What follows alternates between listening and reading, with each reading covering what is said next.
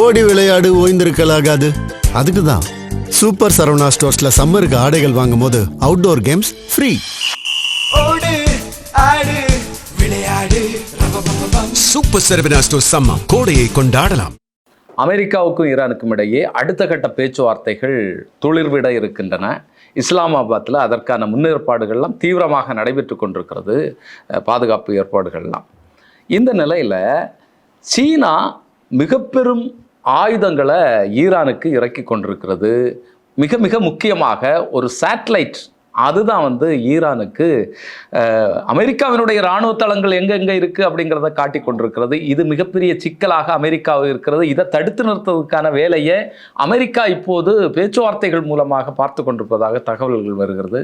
என்ன உண்மையில்? இல்லை, இந்த சேட்டலைட் குறித்தான செய்திகள் ஏற்கனவே வந்துச்சு. இப்போ நேற்றுக்கு என்டிடிவி வேர்ல்டுலேருந்து சர்வதேச ஊடகங்கள் வரைக்கும் இதை திருப்பி ஒரு பேச்சுவார்த்தைக்காக அதை கொண்டு வந்திருக்காங்க. ஏன்னா நியூயார்க் டைம்ஸ் நேற்றுக்கு ஒரு கட்டுரை எழுதியிருக்காங்க. அதில் என்ன சொல்கிறாங்க அப்படின்னா, சில தகவல்கள் லீக் ஆயிருக்கு. அந்த தகவல்கள் குறிப்பாக ஈரானினுடைய ஆவணங்கள். இந்த ஈரானினுடைய ஆவணங்கள் எதை பற்றி அப்படின்னா, அவங்கள்ட்ட இருக்கக்கூடிய அந்த TEE-01B அப்படிங்கக்கூடிய சேட்டலைட். நான்லாம் என்ன நினச்சிட்டேன் அப்படின்னா, சேட்டலைட்டுங்கிறது ஒரு கவர்மெண்ட் தான் விடும், தனியார் நிறுவனங்கள் அதில் சப்போர்ட்டிவாக இருப்பாங்க அப்படின்னு தான் நம்ம நினச்சிட்டு இருந்தோம். சில நேரத்தில் சேட்டலைட்டை தனியார் பள்ளிக்கூடங்கள் கல்லூரிகள் கூட ஆய்வு பண்ணி விடுவாங்க. பட் ஆனால் அரசாங்க கட்டுப்பாட்டில் தான் இருக்கும் அப்படிங்கிற மாதிரியான ஒரு பிரமையில தான் நல்லா இருந்தேன். பட் இங்கே என்ன நடந்திருக்கு அப்படின்னா, ஒரு தனியார் நிறுவனம், சீனாவில் இருக்கக்கூடிய ஒரு தனியார் நிறுவனம் இந்த சேட்டலைட்டை தயாரிக்கிறாங்க. அவங்க பேர் எர்த் ஐ கார்பரேஷன் அப்படிங்க சொல்லிட்டு எர்த் ஐ அப்படிங்கிற மாதிரி. இந்த நிறுவனம் சைனாவினுடைய கம்பெனி. இந்த கம்பெனி இந்த TEE-01B அப்படிங்கக்கூடிய சேட்டலைட்டை தயாரித்து ஆர்பிட்டில் விட்டுறாங்க. அது ஆர்பிட்டுக்கு போனதுக்கு பிறகு ஆர்பிட்டில் சேல்ஸ் நடந்திருக்கு. வான்வெளியில் சுற்றி கொண்டிருக்கும் போதே இங்கே சேல்ஸ் வார்த்தை நடத்தி வியாபாரம் நடந்திருக்கு. இதை அமெரிக்காவை இதை அவங்க யூகிக்காமல் போயிருக்காங்க. இந்த யுத்தத்தை துவங்குவதற்கு முன்னாடி இப்படி ஈரான்கிட்ட ஒரு சேட்டலைட் இருக்குது, ஈரானுடைய கட்டுப்பாட்டில் ஒரு சேட்டலைட் இருக்குது, அவங்க வாங்கியிருக்கிறாங்க அப்படிங்கிறத அவங்க ரொம்ப துல்லியமாக கணிக்காமல் விட்டுட்டாங்க. அப்படி கணிக்காமல் விட்டதுனால தான் இந்த போரில் அமெரிக்காவுக்கு ஒரு மிகப்பெரிய தோல்வி அப்படிங்கிறத எக்ஸ்பர்ட் சொல்கிறாங்க. இதுலேயே நிறைய விஷயங்கள் இருக்குது. இல்லை, இதில் ரெண்டு கோணத்தில் நம்ம பார்க்கலாம். ஒன்று, அமெரிக்காவும் இஸ்ரேலும் ஈரானுடைய பலத்தை கணிக்காமல் போனது ஒன்று. இன்னொரு பக்கம் ஈரான் மிக துல்லியமாக நம்ம யுத்தம் தொடங்கினா நம்ம எந்த அளவு பாதிக்கப்படுவோம், அதற்கான முன்னேற்பாடுகள் என்னெல்லாம் பண்ணணும் அப்படிங்கிறதுல ரொம்ப கிளியராக ரொம்ப கிளியராக இருக்காங்க. ரொம்ப அதிர்ச்சியான செய்தியாக தான். இப்போ நீங்கள் அவங்கள சுற்றி இருக்கக்கூடிய பக்கத்து நாடுகளில் தான் அமெரிக்கன் பேசஸ் இருக்குது. இந்த அமெரிக்கன் பேசஸை நாம் ஒரு நாள் தாக்கியே தீரணும் அப்படின்னா நமக்கு சேட்டலைட் வேணும். இந்த சேட்டலைட்டை யார்கிட்ட வாங்குறது? அவங்க நேரடியாக சீனாட்ட வாங்கியிருக்கிறாங்க. இப்போ சைனா இதில் ஆரம்பத்தில் 2021 பிறகு அவங்களுள்ள நடந்த காம்ப்ரிஹென்சிவ் ட்ரீட்டின் அடிப்படையில் இது எல்லாமே அவங்க கொடுத்துருக்காங்க. சைனாவில் இருக்கக்கூடிய தனியார் நிறுவனம் கொடுத்துருக்காங்க. இது ரொம்ப முக்கியமான இன்னொரு விஷயம் என்ன அப்படின்னா, சீனாவில் இருக்கக்கூடிய எம்சாட் அப்படிங்கக்கூடிய எம்போசாட் அப்படிங்கக்கூடிய ஒரு நிறுவனம். இந்த நிறுவனம் பீஜிங்கில் தான் இருக்கிறாங்க. அவங்க இந்த satellite control and data service பண்ணக்கூடிய சிஸ்டம். இப்போ நீங்கள் ஆர்பிட்டுக்கு அது போயிடுச்சு அப்படின்னா, அது ஆர்பிட்டில் எங்கே சுற்றிக்கிட்டு இருக்கு, என்னென்ன தகவல்கள் அதை பார்த்துக்கிட்டு இருக்கு, என்னென்ன இமேஜ் வேணும், இதில் என்னென்ன டேட்டா சர்வீஸ் வேணும், இதெல்லாம் ஒரு நிறுவனம் கீழிருந்து பராமரிக்கணும் இல்லையா? அந்த நிறுவனமும் பீஜிங்கில் தான் இயங்குது. அது ரொம்ப முக்கியமானது. அந்த நிறுவனத்தை அவங்க ஈரான்ல செட்டப் உள்ளது. அஃபீஷியலாக கையெழுத்து போட்டு வாங்கினது யாருன்னு பார்த்தீங்கன்னா, IRGC-னுடைய ஏரோஸ்பேஸ் டிபார்ட்மெண்ட்டுடைய தலைவர். அவர் தான் கையெழுத்து போட்டு அந்த சேட்டலைட்டை வாங்கியிருக்காரு. அது ஆர்பிட்டில் சுற்றிக்கிட்டு இருக்கு. பட் ஆனால் அது ஆர்பிட்டில் சுற்றிட்டு இருந்தாலும் அது கொடுக்கக்கூடிய டேட்டாஸ் இருக்குது பார்த்தீங்களா, அதை IRGC அவங்களுடைய ஏரோஸ்பேஸ் டிபார்ட்மெண்ட் தனியாக கலெக்ட் பண்ணலை. அது ஒரு பக்கம் நடந்துட்டு இருக்கு. ஏன்னா இந்த தாக்குதலில் பார்த்தீங்கன்னா ஈரான் அடிச்சப்ப அவங்களுடைய ஏரோஸ்பேஸினுடைய எல்லா தளங்களையுமே அடிச்சிருக்காங்க. ஸோ அப்போ இந்த தகவலையும் அவங்க பீஜிங்லேருந்து வாங்கியிருக்காங்க. அப்போ யுத்தம் இங்கே நடந்தாலும் இதற்கான எங்கெங்க அடிக்கணும் அப்படிங்கிறத தகவல் சீனாவிலிருந்து தான் வந்திருக்கு இந்த தகவல். ஸோ இது ரொம்ப முக்கியம். அதில் அந்த நிறுவனம் எம்போசாட் அப்படிங்கக்கூடிய ஒரு நிறுவனம் நேரடியாக இதில் துல்லியமாக வேலை பார்த்துருக்காங்க. அப்போ இந்த நிறுவனம் ரியல் டைமாக படங்களை எடுத்து அனுப்பிச்சிருக்கு பார்த்தீங்களா. அது உரித்தான தகவல்கள் தான் லீக் ஆயிருக்கு. ரியல் டைம்னா நீங்க சொல்றது லைவா அட் டைம் எங்க அமெரிக்காவினுடைய விமானங்கள் நிக்குது. சவுதி அரேபியாவில் இருக்கக்கூடிய 5 விமானங்கள், எண்ணெய் நிரப்பக்கூடிய விமானங்கள், டேங்கர் விமானங்களா அடித்து இருக்கிறது. இப்போ இங்க 5 விமானம் நிக்குது. 1 மணி நேரத்துக்கு முன்னாடி போயிட்டாங்க, அரை மணி நேரத்துக்கு முன்னாடி வந்திருக்கிறாங்க. இந்த தகவல்களை துல்லியமாக கொடுத்தது இந்த இமேஜஸ் தான். இந்த இமேஜஸ் தான் இந்த நிறுவனங்கள் எம்போசாட் நிறுவனங்கள் கொடுத்துருக்காங்க. இது எல்லாமே வந்து யாருக்கு வந்திருக்கு அப்படின்னா ஐஆர்ஜிசியினுடைய கமாண்டுக்கு வந்திருக்கு. இதில் குறிப்பாக பார்த்தீங்கன்னா அந்த படங்களில் என்னென்னலாம் சிக்கியிருக்கு அப்படின்னா பிரின்ஸ் சுல்தான் ஏர்பேஸ் சவுதியில் இந்த மார்ச் 13, 14, 15ஆம் தேதி இருக்கு பார்த்தீங்களா, இந்த டேட்டில் இருந்த அந்த இமேஜஸ் எல்லாமே வந்து அவங்கள்ட்ட அதெல்லாமே ஈரான்கிட்ட வந்திருக்கு. இந்த டாக்குமெண்ட் எல்லாம் லீக் ஆயிருக்கு போல இருக்கு. அதே மாதிரி ஜோர்டான்ல வந்து அந்த முஃப்தாஃப் சல்தி ஏர்பேஸ்னு சொல்றாங்க. இது வந்து யுஎஸ் அமெரிக்காவினுடைய 5th ஃபிளீட்டினுடைய பேஸ் அங்க இருக்கு பக்கத்துல. அந்த பேஸினுடைய புகைப்படங்கள் கடற்படை ஆமா அது இருந்திருக்கு. குவைத்தில் இருக்கக்கூடிய அலி சலாம் ஏர்பேஸ் இது உரித்தான வந்திருக்கு. அடுத்து ஓமன்ல இருக்கக்கூடிய 2 முக்கியமான கேம்ப், இந்த camp military camp, US military bases, அந்த பேஸ் குறித்தான எல்லா தகவலும் குறிப்பாக ஓமனுடைய இன்டர்நேஷனல் ஏர்போர்ட்டுக்கு பக்கத்தில் இருக்கக்கூடிய அந்த 2 பேஸ் அது குறித்தான புகைப்படங்கள் தகவல்கள் வந்து இந்த நிறுவனம் தான், இந்த சேட்டலைட்ல தான் வந்திருக்கு. அது இல்லாம பெஹ்ரைன்ல இருக்கக்கூடிய அல்பா ஃபெசிலிட்டிஸ்னு சொல்லக்கூடிய அந்த வேர்ல்டு அலுமினியம் பிளான்ட், பெரிய பிளான்ட் அடிச்சாங்க இல்லையா ஈரான், அது குறித்தான துல்லியமான புகைப்படங்கள். இது இல்லாம ஈராக்கில் இருக்கக்கூடிய எர்பில் ஏர்போர்ட். ஸோ இப்போ இதில் என்ன தெரியுது அப்படின்னா ஒட்டுமொத்தமாக ஈரானை சுற்றி இருக்கக்கூடிய அனைத்து அமெரிக்க பேஸையும் இது வந்து புகைப்படம் எடுத்து கொடுத்துக்கிட்டே இருந்திருக்கு. இந்த புகைப்படங்களை தான் இவங்க வாங்கி வாங்கி வாங்கி வாங்கி துல்லியமாக பார்த்து ரியல் டைம்ல டக்கு டக்கு டக்கு டக்கு அடிச்சு முதல் 3 நாள் 4 நாட்களுக்குள்ளேயே மிகப்பெரிய சேதத்தை ஏற்படுத்திட்டாங்க. ஆல்மோஸ்ட் பார்த்தீங்க அப்படின்னா மார்ச் 20 2ஆம் வாரம் முடியும் போதே அமெரிக்காவினுடைய பேஸ் எல்லாமே காலியாது. இந்த யுத்தத்தினுடைய ஒரு பெரிய ஸ்ட்ராட்டஜி என்ன அப்படின்னா கமேனி இறக்குறாரு. 3 மணி நேரம் கழிச்சு யுத்தம் துவங்கி 2-3 நாட்கள்லயே முக்கியமான கத்தார் பேஸும் சவுதி பேஸா அடிச்சு நொறுக்கிட்டாங்க. அதுல ரேடார் அடிச்சு நொறுக்குறாங்க. எல்லாத்தையுமே கண்ணு தானே ரேடார். முதல்ல வந்து அடிச்சது ரேடார் தான். ரேடாருங்கிறது கண்ணு தானே, கண்ணுலயே குத்துறது. இப்ப இங்க இருந்து ஒரு மிசைலை எடுத்து அவங்க வந்து கத்தார்ல அடிக்கிறாங்க இல்ல வந்து இஸ்ரேல் அடிக்கிறாங்க அப்படின்னா அதை வந்து துல்லியமா படம் பிடிச்சு கொடுக்க போறது ரேடார் தான். இங்க போகுது இங்க வருது அப்படிங்கிறது அதை முதல்ல அடிச்சு எல்லாத்தையும் நொறுக்கி விட்டாங்க. ஸோ இப்போ இந்த முதல் 2 வீக்ஸ்லேயே இவங்களுடைய எல்லா ஃபெசிலிட்டிஸுமே அடிச்சு நொறுக்குறாங்க. இதுக்கு எல்லாத்துக்குமே இந்த சேட்டலைட் வந்து ரொம்ப ரொம்ப ரொம்ப ஹெல்ப்ஃபுல்லா இருந்திருக்கு. அப்படிங்கிற இல்லை கிட்டத்தட்ட 13 தளங்கள் அடிச்சு தகர்க்க, இன்னும் வந்து அதை புனரமைக்கணும்னா ரொம்ப கஷ்டம் அப்படின்னு சொல்லி உடனடியாக செய்ய முடியாது. அந்த ராணுவ நடவடிக்கைகளுக்கு தற்போது எதுவுமே பண்ண முடியாது. அதனால ஹோட்டலில் போய் தங்கியிருக்காங்க. ஹோட்டலில் போயிருந்தாலும் ஹோட்டலில் அடிக்கிறது. நீங்க அந்த அதனுடைய ஸ்பெஷாலிட்டி என்ன? இப்போ வந்து ஏற்கனவே வந்து ஜிபிஎஸ் சிஸ்டத்தை அமெரிக்கா வச்சிருக்கு.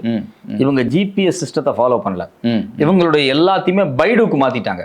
பைடு அப்படிங்கிறது சீனாவினுடைய சேட்டலைட் இமேஜிங் சிஸ்டம். கிட்டத்தட்ட சைனா அதுக்கு 40க்கும் அதிகமான சேட்டலைட்டை பயன்படுத்துறாங்க. இப்போ நம்ம ஆப்புல வந்து நம்ம வந்து ஒரு ஊபர் போடுறோம், ராபிடோ போடுறோம், இது இல்லாமல் வேற மேப் எல்லாம் பயன்படுத்துறோம் பார்த்தீங்களா, இது எல்லாமே ஜிபிஎஸ் தான். இந்த ஜிபிஎஸ் சிஸ்டம் முழுக்க முழுக்க வந்து அமெரிக்காவோடது. அவன் இதுக்குன்னு தனியாக 19 சேட்டலைட்டை பயன்படுத்துகிறான். ஆனால் அந்த பைடு மாதிரியான இன்னும் துல்லியமான அந்த இமேஜினரிக்கு அந்த ரியல் டைமாக எல்லாத்தையும் கவனிக்கிறதுக்கு சீனா வந்து 40க்கும் அதிகமான சேட்டலைட்ஸை பயன்படுத்துகிறாங்க. அதுவும் இவங்களுக்கு ஒரு பெரிய ரோல் ப்ளே பண்ணியிருக்கு. இதில் குறிப்பாக என்ன சொல்கிறாங்க அப்படின்னா இந்த சேட்டலைட் இமேஜிங் இருக்குது பார்த்தீங்களா, இந்த இமேஜிங் அப்படிங்கிறது 99% துல்லியமானது. அதாவது 1/2 மீட்டர் வரைக்கும் துல்லியமாக அதை பார்க்க முடியும். 1/2 மீட்டர் வரைக்கும் அது துல்லியமாக பார்க்கலாம். ஆனால் இதுக்கு முன்னாடி இருந்த இவங்கள்ட்ட 100-2, 100-3 இதெல்லாம் வந்து பார்த்தீங்கன்னா 5 மீட்டர் 15 மீட்டர் வரைக்கும் தான் இவங்கள்ட்ட கெப்பாசிட்டி இருந்துச்சு. ஈரானினுடைய செல்ஃப் மேடு எல்லாமே 15 மீட்டர்ஸ் வரைக்கும் தான் இருந்துச்சு. ஒரு பொருளை 15 மீட்டர்லேருந்து மட்டும்தான் அந்த ரெசல்யூஷனை வந்து அப்சர்வ் பண்ணி துல்லிய தாக்குதல் நடத்த முடியும். இதுக்கு ஒரு மிகச்சிறந்த எக்ஸாம்பிள் என்ன அப்படின்னா நம்ம வந்து நானும் ஒரு வீடியோ பேசியிருந்தோம், டிஸ்கஸ் பண்ணோம், நம்ம 2 பேர் பேசினோம். அதாவது ஒரு முக்கியமான ரேடார் விமானம், அந்த விமானத்தோட பேர் வந்து E3 சென்ட்ரி ஏர்கிராஃப்ட். இந்த E3 சென்ட்ரி ஏர்கிராஃப்ட்னா என்ன அப்படிங்கிறதே நம்ம தனியா பேசணும். அது வந்து என்னன்னா ஒரு பறக்கும் ரேடார். அது அதாவது அது ஒரு கமாண்ட் சென்டர். எல்லா தரவுகளும் வந்துடும். கமாண்ட் சென்டர் அது. அதுல உட்கார்ந்துக்கிட்டு ஒரு மினி அமெரிக்கா பென்டகன் வந்து செயல்படும். பென்டகன்ங்கிறது அமெரிக்காவில் இருக்கக்கூடிய ராணுவ தளம். அதனுடைய ஒரு பார்ட் வந்து உட்கார்ந்து சவுதியில செயல்படும். அங்கே உட்காந்துட்டு அவன் நேவல் கமாண்டு, டைரக்டாக பென்டகனு கமெண்ட்டு, அது இல்லாமல் கிரவுண்ட் ஃபோர்ஸு கமெண்ட்டு, இப்படி எல்லா கமெண்ட்டையும் ரொம்ப ரொம்ப ரொம்ப ரொம்ப ரொம்ப தெளிவாக கொடுத்துட முடியும். ஸோ இப்போ இந்த ஏர்கிராஃப்ட் E3 இருக்குது பார்த்தீங்களா, இந்த E3 வந்து துல்லியமாக அதனுடைய பின்புறம் இருக்குது பார்த்தீங்களா, இந்த ரேடார் இருக்கிற இடம், அந்த இடத்த பார்த்து கரெக்டாக தாக்குதல் நடத்துகிறாங்க. அப்போ தான் அமெரிக்கா பயப்படுது. இதெல்லாமே வந்து ஆல்மோஸ்ட் 3rd வீக்கில் நடக்குது. 3rd வீக்கில், ஆமாம், மார்ச் 3rd வீக்னு நினைக்கிறேன். நீங்கள் வந்து ஒரு ஃப்ளைட் இருக்குது அப்படின்னா, ஒரு சேட்டலைட் அடிக்கிறீங்க அப்படின்னா, ஒரு மிசைல் அடிக்கிறீங்கன்னா எந்த பார்ட்டில் அடிக்கணும் இடத்துல போய் படணும் இருக்குல்ல, கரெக்டாக ஒட்டுமொத்த கம்யூனிகேஷன் சிஸ்டமே பேக்கில் தான் இருக்குது. அதை பார்த்து கரெக்டாக அடிக்குது. அப்போ இதுல இருந்து அவங்க என்ன கத்துக்கிறாங்கன்னா, அமெரிக்கா இவன் இருக்கக்கூடிய அந்த சேட்டலைட்டோ, இவன் இருக்கக்கூடிய இந்த ஜிபிஎஸ் மாதிரியான பைடுவோ 99% துல்லியமா பார்க்குது. அரை மீட்டர் வரைக்கும் ரொம்ப கவனமா பார்க்குது. ஸோ இப்போ இது அமெரிக்கா வைத்திருக்கக்கூடிய ஜிபிஎஸ் சிஸ்டத்தை விட மிக மிக மிக மிக துல்லியமான சிஸ்டம் அப்படிங்கிறதான் இதில் அவங்களுக்கு காத்திருந்த அதிர்ச்சி. இந்த அதிர்ச்சி அவங்க எதிர்பார்க்கவே இல்லை. இதில் இன்னொரு முக்கியமான விஷயம் என்ன அப்படின்னா, இது எப்போ கொடுக்கப்பட்டுச்சு, இது எப்போ வந்து கைமாற்றப்பட்டுச்சு, இதனுடைய தகவல்கள் எப்படி ஆவணத்தில் கசியுது. நியூயார்க் டைம்ஸ் என்ன சொல்கிறான் அப்படின்னா, Iran joint belt and road initiatives in 2021 2021 Iran வந்து சீனாவோடு ரோடு அண்டு பெல்ட் இனிஷியேட்டிவ்னு சொல்லுவாங்க. அதாவது சைனாவுக்கு ஒரு பெரிய கொள்கை இருக்கு. அந்த காலத்தில் அவங்க ஒரு சில்க் ரூட் வச்சிருந்தாங்க, பட்டு வழி. அதை இப்போ அவங்க புதுப்பிக்கிறாங்க. அவங்க எப்படி புதுப்பிக்கிறாங்க அப்படின்னா, ரோட் அண்ட் பெல்ட் அப்படிங்கிறாங்க. இந்த ரோட் அண்ட் பெல்ட் அப்படிங்கிறது வந்து ஒட்டுமொத்த உலகத்தையே இணைக்கிறது. சீனா மையம், சீனாவிலிருந்து ஈரான் வரைக்கும் ரோடு போட்டே போகிறது, கப்பல் வழித்தடங்களை உருவாக்குறது. இப்படி இது இந்த ரோட் அண்ட் பெல்ட் இனிஷியேட்டிவ்ஸ் சொல்லுவாங்க. இந்த ரோட் அண்ட் பெல்ட் இனிஷியேட்டிவ்ஸ்ல ஆப்பிரிக்க நாடுகள் இருக்கு, மொரீஷியஸ் இருக்கு. அந்த பக்கம் அப்படியே போனீங்க அப்படின்னா சிலி, பிரேசில், அர்ஜென்டினா, ஒட்டுமொத்த உலகத்தையும் வந்து இணைக்கிறது. இதுக்கு பேர் தான் வந்து பெல்ட் அண்ட் ரோடு இனிஷியேட்டிவ்ஸ். இந்த பெல்ட் அண்ட் ரோடு இனிஷியேட்டிவ்ஸ் வந்து மேலே அண்டார்டிகா வரைக்கும், ஆர்டிக் வரைக்கும் இருக்கு. கீழே அண்டார்டிகான்னு சொல்றோம், மேலே ஆர்டிக் இருக்கு பார்த்தீங்களா. இந்த ஆர்டிக் வழியாக 3 ரூட்டு போட்டு அப்படியே கிரீன்லாந்துக்கு போகிறது, ஐரோப்பிய நாடுகளுக்கு போகிறது, கனடா வரைக்கும் போகிறது. அவங்க ஒட்டுமொத்த பூமியுமே வந்து ரூட்டா இணைக்கிறாங்க. அடிப்படையில் சீனர்கள் ஒரு பெரிய வணிகர்கள் தான். அந்த வணிக மனநிலையில தான் அவங்க பூமியை வந்து பார்க்குறாங்க. எப்படி அமெரிக்கா வந்து ஆதிக்க மனநிலையில உலகத்தை அழிக்கிற மனநிலையில பார்க்குதோ அமெரிக்கா, சீனா வந்து இதை வந்து ஒரு வணிக மனநிலையாகவே தான் பார்க்குறாங்க. பழைய சில்க் ரூட்டை இந்த பெல்ட் அண்ட் ரோடு இனிஷியேட்டிவ்ஸில் கொண்டு வராங்க. இந்த பெல்ட் அண்ட் ரோடு இனிஷியேட்டிவ்ஸ்க்கு பிறகு தான் இந்த சேட்டலைட் விற்கப்பட்டிருக்கு அப்படிங்கிறாங்க. இந்த ஆவணத்தில் என்ன கசிஞ்சிருக்கு அப்படின்னா, in orbit transfer to an unnamed country that was a part of China's belt and road initiative அப்படிங்கிறாங்க. சீனாவினுடைய பெல்ட் அண்ட் ரோடு இனிஷியேட்டிவ்க்கு இருக்கக்கூடிய ஒரு தேசத்திற்கு இது விற்கப்பட்டிருக்கு அப்படிங்கிற தகவல் வெளி. அந்த தேசம் எது அப்படின்னா ஈரான் தான். ஏன்னா 2021 இந்த இனிஷியேட்டிவ்ஸ் வந்திருக்காங்க. இந்த ஒப்பந்தத்தில் கையெழுத்தாவது பார்த்தீங்கன்னா, சேட்டலைட் ஏன் அவங்களுக்கு விற்கணும் அப்படிங்கிறது அதில் என்ன சொல்றாங்கன்னா, அக்ரிகல்ச்சர் விவசாயத்துக்கு, ஓஷன் மானிட்டரிங்க்கு, எமர்ஜென்சி மேனேஜ்மெண்ட்டுக்கு, நேச்சுரல் ரிசோர்ஸ் சூப்பர்விஷனுக்கு, முனிசிபல் டிரான்ஸ்போர்ட்டுக்கு, இதுக்கு தான் நாங்கள் வந்து இதை வந்து பயன்படுத்துகிறோம். இதுக்காக தான் இது விற்கப்பட்டிருக்கு அப்படின்னு சொல்லி தான் அது விற்கப்படுது. பட் ஆனால் இது முழுக்க முழுக்க வந்து ஐஆர்ஜிசி வந்து தன்னுடைய ராணுவ நடவடிக்கைகள், அமெரிக்காவினுடைய நகர்வுகள், இதுக்கு அவங்க முழுசா பயன்படுத்தி இருக்கிறாங்க. அதாவது சொல்லப்படாத பல விஷயங்கள் இதுல இருக்கு. ஆமா, வெளிப்படையாக சொல்ல முடியாது. சொல்லப்படாத விஷயங்கள் இன்னொன்று இருக்கு. ஐஆர்ஜிசியினுடைய ஸ்பேஸ் டிபார்ட்மெண்ட் செப்டம்பர் 2024 $36.6 மில்லியன் கொடுத்து இதை வாங்கியிருக்கிறாங்க. இதை வாங்கினதுக்கு பிறகுதான் இந்த எம்போசாட்டோட ஒப்பந்தங்கள் போடப்பட்டிருக்கு. முழுக்க முழுக்க இந்த இதுக்கான சாஃப்ட்வேர் இருக்கு பார்த்தீங்களா, சாஃப்ட்வேரை கொடுத்து சாஃப்ட்வேரை மேனேஜ் பண்றது இவங்க தான், எம்போசாட் தான். அவங்க தான் சாஃப்ட்வேர் அண்டு கிரவுண்ட் நெட்வொர்க்கான மொத்தமா லைஃப் ஸ்பேன், லைஃப் லாங்கா ஒப்பந்தம் போட்டிருக்கு. எவ்வளவு காலம் இந்த சேட்டலைட் அவங்க பயன்படுத்துறாங்களோ அவ்வளவு காலம் வரைக்கும் எல்லா தகவல்களும் அவங்க வந்து சர்வீஸ் பண்ணி கொடுத்துருவாங்க, எல்லாம் பார்த்து கொடுத்துருவாங்க அப்படிங்கிறத வந்து அவங்க சொல்றாங்க. இது குறித்து அமெரிக்காவினுடைய முன்னாள் சிஐஏ டைரக்டர் பிளஸ் சிஐ குறித்தான தகவல்களை வெளியிடக்கூடியவர், this amount to a dispersion for Iran's space assets. The TE-01B expands Iran's ability to monitor US military assets. ஒட்டுமொத்தமாக அமெரிக்காவினுடைய எல்லா மிலிட்டரி அசெட்ஸையும் துல்லியமாக வாட்ச் பண்ற கெப்பாசிட்டியை இது இன்க்ரீஸ் பண்ணி கொடுத்துருக்கு அப்படிங்கிறாங்க. இதுதான் ரொம்ப முக்கியமானது. இதுல இன்னொரு அதிர்ச்சியான ஒரு செய்தி இருக்கு. என்ன அப்படின்னா, சீனாவினுடைய சாங்குங் சேட்டலைட் டெக்னாலஜி அப்படிங்கக்கூடிய நிறுவனம் இன்னொரு சேட்டலைட் இமேஜிங் இருக்கு பாத்தீங்களா, சேட்டலைட் இமேஜ் ப்ரொவைட் பண்ற சர்வீஸ் இருக்கு பாத்தீங்களா, எமன்ல இருக்கக்கூடிய ஹவுத்தீஸோட ஒப்பந்தம் போட்டு ஹவுத்தீஸுக்கு கொடுத்துருக்காங்க. இதை யாருக்கு எதிர்பார்க்கவே இல்லை. ஒட்டுமொத்தமாக செங்கடலை இங்க இருந்து அடிங்க, நாங்க அங்க. ஆமா, ஒட்டுமொத்தமாக செங்கடலை கட்டுப்படுத்துவதற்காக ஹவுத்தீஸோடு எப்படி வந்து எம்சோபேட் வந்து ஈரானோட ஒப்பந்தம் போட்டிருக்கு, ஐஆர்ஜிசியோட ஒப்பந்தம் போட்டிருக்கோ, அதே போல ஹவுத்தீஸோட இந்த சாங்குங் சேட்டலைட் டெக்னாலஜி ஒப்பந்தங்கள் போட்டிருக்காங்க. அதன் அடிப்படையில் சேட்டலைட் இமேஜிங் முழுக்க வந்து இவங்களுக்கு வந்து கொடுக்க இல்லை. இதில் ரொம்ப முக்கியமான ஒரு கேள்வி இதில் இருக்கு. ஈரான் வந்து ஒரு நாடு, ஆமாம், அதனுடைய கட்டமைப்புகள், அதனுடைய முன்னேற்றங்கள், வளர்ச்சி இதெல்லாம் இருக்கும்.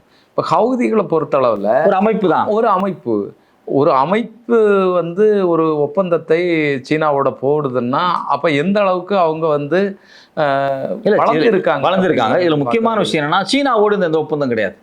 எல்லாமே சீனாவில் இருக்கக்கூடிய தனியார் நிறுவனங்களோட அந்த தனியார் நிறுவனங்கள் சீனா கட்டுப்பாட்டில் ஆமா இருக்கும். தனியார் நிறுவனங்கள்ட்ட நீங்க ஒப்பந்தம் போட்டாலும் சீனாவினுடைய இது தெரியாம அதிகார மையத்துக்கு உட்பட்டு தானே இதெல்லாம் நடக்கும். அதாவது சைனாட்ட போய் நீங்க பேசுனீங்க அப்படின்னா, அப்படியா எங்க நாட்டுல இருக்கிற நிறுவனமா நாங்க பாத்துக்கிறோம், அப்படியா தெரியாதே எங்களுக்கு.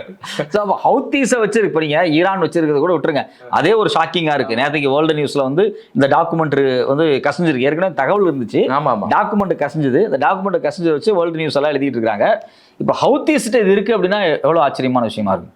அப்போ ஹவுத்தீஸ் என்ன பண்ணுவாங்க அப்படின்னா, செங்கடல் அந்த ஏரியாவில் இருக்கக்கூடிய எந்த ஸ்ட்ரெயிட் வழியாகவும் எந்த கப்பல் போகுது, எந்த கப்பல் வருது, குறிப்பாக அமெரிக்க கப்பல் போக்குவரத்து, எல்லா டேங்கர்ஸ்லேருந்து மிலிட்ரி கப்பல் இருந்து எல்லாத்தையும் அவங்க அப்சர்வ் பண்ணுவாங்க, டேட்டாஸை வாங்கிக்குவாங்க. இவங்கள்ட்ட சேட்டலைட் மேனேஜ் பண்ணலை. இப்போ ஈரானுடைய IRGC மாதிரி இவங்க எப்சோட்டோட ஒரு நிரந்தரமான ஒப்பந்தங்கள் போட்டு சேட்டலைட்டை சர்வீஸ் பண்ணி சாஃப்ட்வேர்ஸ் நம்ம இவங்கள்ட்ட சாஃப்ட்வேர்ஸ் எதுவும் இல்லை, இவங்க தகவல்களை மட்டும் வாங்கிக்கொள்வாங்க. எனக்கு எந்த பொறுப்பும் தகவலை மட்டும் நான் பார்த்துக்கிறேன், நான் அடிக்கணும்னா அடிச்சுக்கிறேன், நான் பார்த்துக்கிறேன். நாளைக்கு கொஞ்சம் யோசிச்சு பாருங்க, நாளைக்கு வந்து ஏமனை ஹவுத்தீஸ் கைப்பற்றுறாங்க முழுமையா. இன்னைக்கே அவங்க கட்டுப்பாட்டில் தான் இருக்கு சவுதன் ஃபுல்லா. ஒரு நாள் அவங்க ஆட்சி அதிகாரத்துக்கு வர்றாங்க, தாலிபான்களை போல ஹவுத்தீஸ் வந்து ஏமனை கைப்பற்றி ஆட்சி அதிகாரத்துக்கு வரும்போது அது சீனாவுடைய தேசமா மாறிடும். நிச்சயமா சீனாவோட நெருக்கமான தேசம். ஏன்னா ஹவுத்தீஸ் எப்படி நினைப்பான்னா, நான் ஒரு போராளி குழுவா இருக்கும் போதே நீ எனக்கு இவ்வளவு உதவி பண்ணியிருக்க. ஸோ அப்போ இப்போ ஏமன்ல வந்து உட்கார்ந்துட்டாங்க அப்படின்னா, ஒட்டுமொத்தமாக செங்கடல் வழியா எந்த கப்பல் போனாலும் சீனாவினுடைய உதவி இல்லாம சீனாவுக்கு எதிராக எந்த கப்பலும் போக முடியாது. ஏன்னா அங்க வந்து பாப் எல் மண்டே இருக்கு. ஆமா ஆமா, அந்த பாப் எல் மண்டே வழியா எதுவும் போனாலும் சீனா யமன் கட்டுப்பாடு, அந்த பக்கம் ஸ்ட்ரெயிட் ஆஃப் ஹார்முஸ் அது ஈரான் கட்டுப்பாடு. இப்போ ரெண்டுமே சீனா கூட இருக்காங்க, சீனா நிறுவனத்தோடு இருக்காங்க. ரெண்டாவது இதில் முக்கியமான விஷயம் என்னன்னா, இந்த சீன நிறுவனங்கள் அவங்க பயன்படுத்தக்கூடிய டெக்னாலஜி, அவங்க பயன்படுத்தக்கூடிய சாஃப்ட்வேர், இது எல்லாமே ரொம்ப ஆர்கானிக்கானது, அந்த தேசத்தால் உருவாக்கப்பட்டது. இது வந்து மற்றவங்க இப்போ கிராக்டு வெர்ஷன்ஸ்க்கெல்லாம் கிடையாது. இப்போ நாம் வந்து இப்போ இந்தியாவில் இருக்கோம், இப்போ நாம் வந்து ஒரு சேட்டலைட் வாங்குகிறோம், இல்லை நம்ம ஏதோ ஒரு பொருள் வாங்குறோம்னு வச்சுங்களேன், நமக்கு இருக்கக்கூடிய சாஃப்ட்வேர்ஸாக இருக்கட்டும், நம்மளுக்கு இருக்கக்கூடிய டிஜிட்டல் டெக்னாலஜியாக இருக்கட்டும், இது எல்லாமே ஏதோ ஒரு நாட்டை சார்ந்ததாக தான் இருக்க முடியும். ஆனால் சைனாவை பொறுத்த வரைக்கும் எல்லாமே அவன் ஓனாக தயாரிப்பான். அவன் ரிவர்ஸ் இன்ஜினியரிங்கில் கெட்டிக்காரன். அவன் வீட்டுக்கு வீடு இருந்து தயாரிச்சுட்டு இருக்கான், தயாரிச்சு வித்துட்டு இருக்கான். இப்போ நீங்கள் இப்போ ஒரு ஐஃபோன் டேபை இப்போ அமெரிக்கா ரிசர்ச் பண்ணி கண்டுபிடிக்குது அப்படின்னா, அவன் அந்த டேபை எடுத்துட்டு ரிவர்ஸ் இன்ஜினியரிங்ல அதை பிரிச்சு மேய்ஞ்சு அதில் என்ன இருக்குன்னு பார்த்துட்டு அதே பேனல் வேற ஒன்று தயாரிச்சுட்டு போயிடுவான். பண்ணிடுவான். ஸோ அதை நீங்கள் வந்து ஹேக் பண்ண முடியாது, ஒன்றும் பண்ண முடியாது. இப்போ என்ன பிரச்சனை அப்படின்னா, இப்போ வேற ஏதோ ஒரு தேசம் சேட்டலைட் வச்சிருக்கு, ஆர்பிட்ல இருக்கு, அதை வாட்ச் பண்ணது அப்படின்னா இவங்க பெனிட்ரேட் பண்ண முடியும். இப்போ இந்த எம்போசாட்டோ இல்லை இவங்க ஈரான் கொடுத்துருக்கூடிய இந்த ஆர்பிட்ல இருக்கக்கூடிய சேட்டலைட்டோ இதை இவங்க பெனிட்ரேட் பண்ணி டேட்டாஸ் எல்லாம் எடுக்கிறது ரொம்ப கஷ்டம், ரொம்ப ரொம்ப ரொம்ப ரொம்ப கஷ்டம். இது எப்படி லீக் ஆயிருக்கும் அப்படின்னா, அரசு தகவலாக லீக் ஆயிருக்கும், அரசு தகவலாக லீக் ஆயிருக்கும். இல்லை இதில் இன்னொரு கேள்வியும் எனக்கு இருக்கு. இப்போ தொடர்ந்து பேச்சுவார்த்தைகளுக்கான முயற்சி நடக்கு, ட்ரம்ப் மாற்றி பேசிட்டு இருக்கிறாரு. இதை வேணும்னு ஈரானே கசிய விட்டதா அப்படிங்கிற ஒரு கேள்வி கூட இருக்கலாம். ஏன் நீங்கள் சொன்ன உடனே எனக்கு இன்னொரு விஷயம் ஞாபகம் வருது. நேற்றுக்கு ஒரு செய்தி வந்திருக்கு. நேற்றுக்கு என்ன செய்தி அப்படின்னா, சீனாகிட்டிருந்து கிட்டத்தட்ட 1000 மேன்பேட்ஸை வாங்குறதுக்கான வேலைகள் நடந்துட்டுருக்கு. ஈரானுக்கு பக்கத்து தேசமாக இருக்கக்கூடிய துர்க்மெனிஸ்தான், நம்ம அந்த தேசத்தை பற்றி ஒன்றும் பெருசாக பேசினதே இல்லை. இந்த துர்க்மெனிஸ்தானுக்கும் ஈரானுக்கும் ஒரு பெரிய ஒற்றுமை என்னன்னா, அங்கே ஒரு காஸ்பியன் சீன்னு ஒரு கடல் பகுதி இருக்குது. அதாவது ரெகுலராக இருக்கக்கூடிய கடல் பகுதி கிடையாது, நிலத்துக்கு நடுவில் இருக்கக்கூடிய ஒரு கடல் பகுதி. அது சுற்றி நிலம், அதுக்கு நடுவில் ஒரு கடல் பகுதி இருக்குது. ஸோ அந்த காஸ்பியன் சீ இருக்குது பார்த்தீங்களா, அந்த காஸ்பியன் சீ ஒட்டி இருக்கக்கூடிய 2 நாடுகள் இவங்க. ஒன்று கடல் வழியாகவும் ஆயுதங்களை கொண்டு வரலாம், எல்லையிலையும் ஆயுதங்களை கொண்டு வரலாம். எல்லை மானிட்டர் பண்ணப்பட்டா கடல் மானிட்டர் பண்ணப்படாது, எப்படி வேணாலும் மாற்றி கொண்டு வந்துக்கலாம். ஏன்னா எல்லையில் மானிட்டர் பண்ணுறத விட கடல் வழியாக கொண்டு வரது ஈஸி. ஸோ இந்த 2 நாடுகளுக்கு இடையில இது மாதிரியான ஆயுத வர்த்தக போக்குவரத்துகள் நடந்துகிட்டு இருக்கு அன்அஃபிஷியலாக. ஆனால் சைனாவுக்கும் துர்க்மெனிஸ்தானுக்கு இடையில இது மாதிரியான மேன்பேட்ஸ் ஆயுதங்களை வாங்குறதுக்கான உதவிகள் நடந்துகிட்டு இருக்கு. அப்போ சைனாட்டிருந்து அவன் மேன்பேட்ஸை வாங்கி இங்கே ஈரானுக்கு கொடுத்துருவான் அவன். ஸோ இப்போ இந்த வேலைகள் நடந்துட்டு இருக்கு. ஸோ ஒரு பக்கம் பேச்சுவார்த்தை தீவிரமாக இருந்தாலும், இன்னொரு பக்கம் அப்படியே பார்த்தீங்க அப்படின்னா ஈரான் ரொம்ப தெளிவா இருக்கு. இவனுங்க நம்பி பேச்சுவார்த்தைக்கு போக முடியாது, எப்ப வேணாலும் இவங்க சண்டைக்கு வருவாங்க, சண்டைக்கு வரலாம், வந்தா அடிக்கலாம் அப்படிங்கிற தைரியத்துல அவங்க ப்ரிப்பேர் ஆகுறாங்க. இல்ல இன்னொன்னு, நீங்க இந்த நாடு வழியா போகுது இல்ல, துர்க்மெனிஸ்தான் இதுல அவங்க கொடுக்கக்கூடிய பாத்தீங்கன்னு சொன்னா தோல்ல வச்சு அடிக்கிறது, ஏவுகணைகள் தோல்ல வச்சு அடிக்கிறது. அப்ப இது ரொம்ப ரொம்ப முக்கியமா இதை பத்தி நம்ம தனியா ஒரு டிஸ்கஷனே பேசலாம். ஒரு 15-20 நிமிஷம் இல்ல அரை மணி நேரம் பேச வேண்டியது இருக்கும். ஏன்னா நீங்க மேன்பேட்ஸை வச்சு தான் ஈரானினுடைய யுத்தத்தில் மிக முக்கியமான சில நகர்வுகள் நடந்திருக்கு. அமெரிக்காவினுடைய இலக்கு எல்லாமே காலி. அமெரிக்கா கார்கு தீவில் இறங்கணும்னு சொன்னாங்க. அமெரிக்கா லேண்டில் இறங்கி இன்வெஸ்ட் பண்ணலான்னு சொன்னாங்க. அமெரிக்கா முக்கியமாக வந்து குறிப்பிட்ட துறைமுகங்களுக்குள்ளே இறங்கலான்னு சொன்னாங்க. இது எதையுமே செய்ய முடியாது. ஏன்னா ஃப்ளைட்டை கீழே இறக்கி, ஹெலிகாப்டர் கீழே இறக்கி பிலோ 3 கிலோமீட்டர்ஸ்க்குள்ளே வந்து தான் இறக்கணும். 5 மீட்டர் வரைக்கும் மேன்பேட் சர்வைலன்ஸ் கீழே கொண்டு வந்தோடனே அடிச்சிருவான். அது வந்து ஒரு குடிசை தொழில் மாதிரி படிப்பாங்க. அது ஒரு குடிசை தொழில் மாதிரி. அதனால வந்து அது வந்து ஒரு ஆச்சரியமா இருக்கு. ஸோ அப்போ நீ எவ்வளவு பெரிய பிளான் போட்டாலும் சரி, 44 ஏர்கிராஃப்ட் இந்த இந்த யுத்தத்தில் அமெரிக்கா இழந்திருக்கு. இந்த 44 அப்படிங்கிறது வந்து அமெரிக்கா வரலாற்று ஏர்ஃபோர்ஸுக்கு இப்படி ஒரு நஷ்டம் ஆனதே எங்கேயுமே இவ்வளோ 44 அடிக்கல. அது ஒரு பெரிய பட்டியலே வெளியே வந்திருக்கு. இந்த 44க்கும் இந்த மேன்பேடுக்கும் ஒரு பெரிய உறவு இருக்கு. அதை நம்ம அடுத்த வீடியோவில் பேசுவோம் தொடர்ச்சியா. ஒரு உண்மையிலேயே வந்து ஈரானினுடைய இந்த ராஜதந்திர நகர்வு, ஈரான் வந்து இந்த நேரத்தில் சீனா கூட போறக்கூடிய ஒப்பந்தம், இன்னைக்கு கூட ட்ரம்ப் வந்து நான் வந்து சீனா அதிபர்கிட்டலாம் பேசிட்டு, அவர் நம்ம நண்பர், இன்னும் 2 வாரத்தில் அவர் அமெரிக்கா போறாரு, அமெரிக்காலேருந்து சீனா போறாரு, யாருன்னா ட்ரம்ப் போறாரு சைனாக்கு, அவர் நம்ம நண்பர், நம்ம சொன்னா கேட்பாரு. எப்படியாவது சீனாவை தாஜா பண்ணிடலான்னு பாருங்க. எடுக்கிற சாதாரண ஆள் கிடையாது தம்பி. அவன் வந்து இப்போ ரொம்ப பெரிய ஆளு, அதாவது எங்கேயோ போயிட்டான். ஸோ அப்போ அமெரிக்கா ஒரு பக்கம் வீரவசனம் பேசிக்கிட்டு ஒரு பக்கம் சீனாவிடம் மண்டிக்கிட்டு கொண்டிருக்கு. ஸோ இப்போ இன்னைக்கு சேட்டலைட்டை கொடுத்தவன் நாளைக்கு எதை வேணாலும் கொடுக்கலாம். ஸோ இதெல்லாம் எப்படி நம்ம மிஸ் பண்ணோம்? அவங்களுடைய ஒரே ஒரு எண்ணம், அமெரிக்காவுக்கு இருக்கக்கூடிய கோபம், வருத்தம், வேதனை என்ன அப்படின்னா, நான் மொசாத் வச்சுருக்கோம், சிஏ வச்சுருக்கோம், உலகமே எங்கள் கட்டுப்பாட்டில் தான் இருக்குது, மேலிருந்து மொத்தமாக நாங்கள் பார்த்துக்கிட்டு இருக்கோம், உங்களை மாதிரியே ஈரானும் பார்த்துட்டு தான் இருந்திருக்கிறான். அதெல்லாம் நீங்கள் எப்படி மிஸ் பண்ணீங்க? ஒரு யுத்தத்தை ஆரம்பிக்கிறதுக்கு முன்னாடி இவ்வளோ விஷயத்தை அவங்க மிஸ் பண்ணது வந்து ஒரு பெரிய ஒரு வேதனையான விஷயம். ஆனால் திரும்பவும் ஒரு யுத்தம் துவங்கும் போது அமெரிக்கா தன்னுடைய தோல்வியிலிருந்து ஒரு பாடத்தை கற்றுக்கொள்ளும். ஈரான் தன்னுடைய மைனஸ் பாயிண்ட் என்னென்னவா இருந்துச்சு அப்படிங்கிறத அதுலேருந்து ஒரு பாடத்தை கற்றுக்கணும். அப்போ இந்த போர் அப்படிங்கிறது திரும்பவும் நடக்கு அப்படின்னா இன்னும் உக்கிரமாக தான் நடக்கும், இன்னும் மோசமாக இருக்கும். இதில் இன்னும் நம்ம பேச வேண்டியது பேசாமல் விட்டது பார்த்தீங்கன்னு சொன்னால், வான் பாதுகாப்பை இன்னும் பலப்படுத்துறதுக்கு சீனா உதவி பண்ணும் அப்படின்னு வந்து சொல்லியிருக்கு. ஆமாம், அப்படின்னு பார்த்தாச்சுன்னு சொன்னால் இன்னும் படு தீவிரமாக ஏர் டிஃபென்ஸை கொண்டு வந்து இறக்குவாங்க, அதுக்கு வாய்ப்பு இருக்குது. அது குறித்தும் சில கட்டுரைகள் வெளிவந்துகிட்டு இருக்கு. சீனா வந்து ஏர் டிஃபென்ஸ் சிஸ்டத்தை கொண்டு வந்து இறக்க போகிறதாக சொல்கிறாங்க. என்னை பொறுத்த வரைக்கும் ஏர் டிஃபென்ஸை விட இவங்க இந்த மேன்பேடை வச்சு எல்லாத்தையும் சமாளிச்சிருப்பாங்க அப்படின்னு தோணுது. ஏன்னா அந்த அளவுக்கு அவங்கள்ட்ட வந்து ஒரு ஆற்றல் மிக்க இராணுவம் இருக்குது. நீங்கள் வந்து ரொம்ப சோஃபஸ்டிகேட்டடான வெப்பன்ஸை விட, ரொம்ப அதிநவீன ஆயுதங்களை விட மன உரமுள்ள மாவீரர்கள் ஒரு ஆயுதத்தை எப்படி கையாளுறார்கள் அப்படிங்கிறது ரொம்ப முக்கியம். நிச்சயமா. இல்லை ஒரு பழங்குடியினத்திலிருந்து வந்த ஒரு சாதாரண எளிய மனிதன் ஒரு ஹெலிகாப்டர் சுட்டு வீழ்த்த முடியாது. நிச்சயம். ஸோ நீ என்ன துப்பாக்கி வேணாலும் இருக்கு, நான் சாதாரணதாக கூட பரவாயில்ல, நான் உன்னை பார்த்துக்கிறேன்னா அப்படிங்கிற மனதில் அவங்க தைரியமாக இருக்காங்க.